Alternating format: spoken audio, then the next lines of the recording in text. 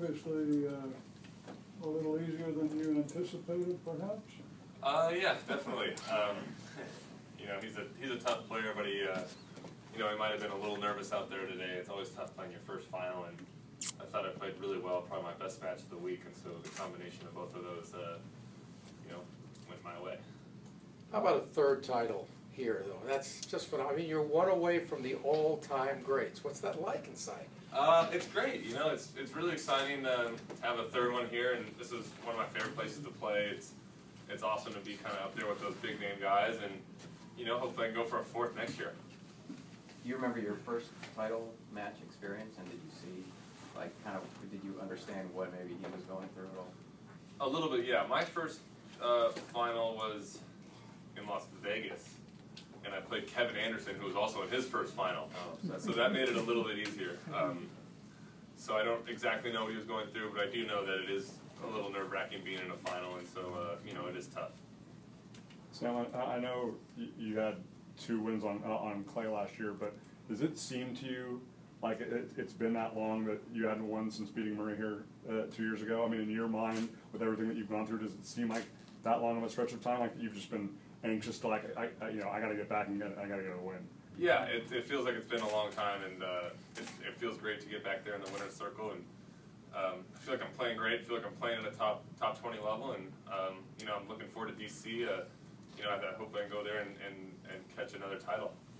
When things are going so easy, Sam, how do you avoid just kind of starting to think about what you're going to do for dinner tonight? Or It's tough. Sometimes it's almost tougher, you know, being up 6-0, 3-0, because you know at one point you're going to face somewhat of a tough time. You know, Ricardis is too good to just, you know, cruise him off the court, you know, 6-0, 6-1. And so, you know, there were a couple tough points in there, and you know, if he wins one of those points, all of a sudden you're back on serve, and it's almost like a 50-50 match again. So I did a really good job of focusing on all the big points, on all the break points for him, all the break points for me, and came up with some big serves, some good forehands, and so you know, I just kept my foot down on the pedal and played solid on the break points that I saved. You've never played him before, and you mentioned that you knew something about his game. What was the scouting report on him, and how did it look? How did it pan out during the match? The scouting report that I got was, you know, he's a small guy that pops in the serve. He's got a big first serve. But, you know, looking during the week, his first serve percentage wasn't very high. It was around 50%. So, you know, I was assuming it was going to be that again, which I think it was. And second serves, he moves it around the box well, but I did a good job of stepping up on the returns. And he's pretty solid on both sides. So you know, I wanted to. I like my inside-out forehand more than my inside-in, so I just kind of wanted to establish that and go there. And I knew he was probably going to be a little nervous with being in his first final, and so you know, I just wanted to make him play on those big points and make him earn them if you know, if it was a big point. How does this title compare to the 2010 title that you won? You know, they both feel the same. You know, a title's a title. It's great. 2010 was exciting just because it was Andy Murray. It was my you know, the highest ranked opponent that I'd ever beaten, so that was kind of fun. But this one feels good too, just because I haven't won a tournament in 2 years, and so it's nice to be back in the winner's circle. So it's 2 different feelings, but they're equally as nice. You know, a few years ago, you lost a match and admitted afterwards that you just weren't that into it. And even Patrick McEnroe suggested when your sort of injuries came that tennis maybe had gotten a bit stale for you, and that the absence of tennis might actually benefit you in the long run. Is there any truth to that? Did that happen in the last couple of years at all? I mean, not really. There might be a little bit of truth to it, but you know, last summer I was definitely bummed to miss all the summer. You know, it's my favorite time to play, and so it was tough to watch all my friends, you know, on TV every week playing LA and DC and Atlanta and the US Open. And so I was definitely missing it. So, you know, I've got a full-time, you know, chiropractor and sports physio with me this week and throughout the summer, and at Queens and at Wimbledon. And it's making a huge difference. So I'm really taking care of my body, making sure I don't have to have another absence. And you know, I did miss it, but I no more than, you know, it didn't make me want to play any more than when I'm playing all the time. Sam, talk about the height advantage that you have and how that comes into play in a match like this. I asked him, and the obvious first serve thing comes into play, but strategy-wise, what can you do differently because you know you just have the power and the height over him?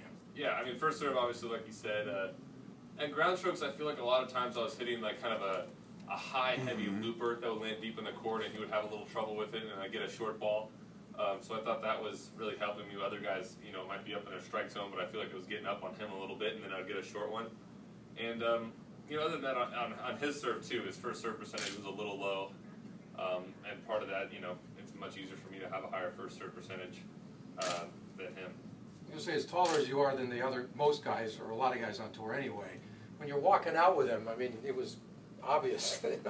Yeah. Did you look like, wow, I better win a match like this? Or how do you, what did you feel like inside? No, I mean, not really. I mean, I knew I was, kind of the favorite going in. But there's a lot of, David Ferrer's, Davidenko's, guys, smaller guys that, they don't have huge serves, but they make up for it with, their speed and their ground strokes. So, guys, I'm tall, my pros are my serve, my forehand. The shorter guys, they pride themselves on speed and craftiness, and so they've got pros and cons both ways. You were a top 20 guy before the injuries came. That was always mentioned as one of the top American players to watch. Then during your absence, last year the talk was Marty Fish and the emergence of Ryan Harrison and Donald Young. Where did you feel did you feel a little bit like the forgotten man at all, and where do you feel like you fit into this whole group of American players right now? Yeah, a little bit. I mean, part of it was I wasn't even there, so there was no one that couldn't talk about me without me there. But I feel like I'm right back in the mix with Andy, John, Marty, Ryan. Hopefully, I'd love to play Davis Cup later in the year. I'd love to keep going this summer and hopefully win some more tournaments or make some an advancement in my ranking, get seated at the U.S. Open, and feel like I'm one of those top Americans that people are talking about, and people feel like I've got a shot to win the U.S. Open. Where are you going to play between now and the Open? I mean, I'm planning on playing D.C., Toronto, Cincinnati, and Winston-Salem. So as of right now, I'm playing all those. Sam, along the lines of what he said, if beating Murray here or winning Queens, if that was what might have been like in terms of the best level that you were playing at, can you compare? I mean, not just in terms of the ranking and where you fit in with the Americans, but just your feeling on how you think your game is in comparison to where you thought it was the best in your career, or is it the best right now? I don't know. I feel like I'm playing better than I've ever played. I feel like this is the best I've played. I feel like I'm playing at a top 20 level. I feel like even when I was ranked 17, I might not be ranked that now, but I feel like I'm doing things better now than what I was doing then. And so I think if I keep it up, my ranking could even go higher than 17. How long did it take you to sort of gain confidence to let it go with the elbow in terms of that? Was there a certain point that you really felt like fully healthy? Where you didn't even think about it? I mean, I came back 3 or 4 months later, and then when that first kind of tournament I came back, it took me 3 or 4 tournaments to fully trust the elbow with the serve, I think, and then it probably wasn't until 6 months later that everything started to feel really good again, and I was starting to get some confidence. Did you watch the Olympics at all, and in these first few days? Was that a goal for you to come back? Like, how much of a disappointment maybe was that to not get back in time, just in time to make that rankings cutoff? Yeah, I've been watching the Olympics a little bit when I wake up. Today was a rain delay, but watching my buddies play, and it wasn't a huge goal. I wanted to play, but even if I would have made the team, I opted at the beginning of the year to not go. I wanted to play here in DC and focus more on my ranking and getting my ranking back up than go play in the Olympics. It felt like at the point of my life and the ranking and kind of what had happened last year, I wanted to focus more on getting my ranking back up rather than go to the Olympics. Last question, please. As far as from the outside looking in, the ceiling of tennis right now with Djokovic and Nadal and Federer, it seems like almost like a cement ceiling. From being, as a player that's, like you said, a top 20 guy, does it feel like that, or do you feel like you're close to that level?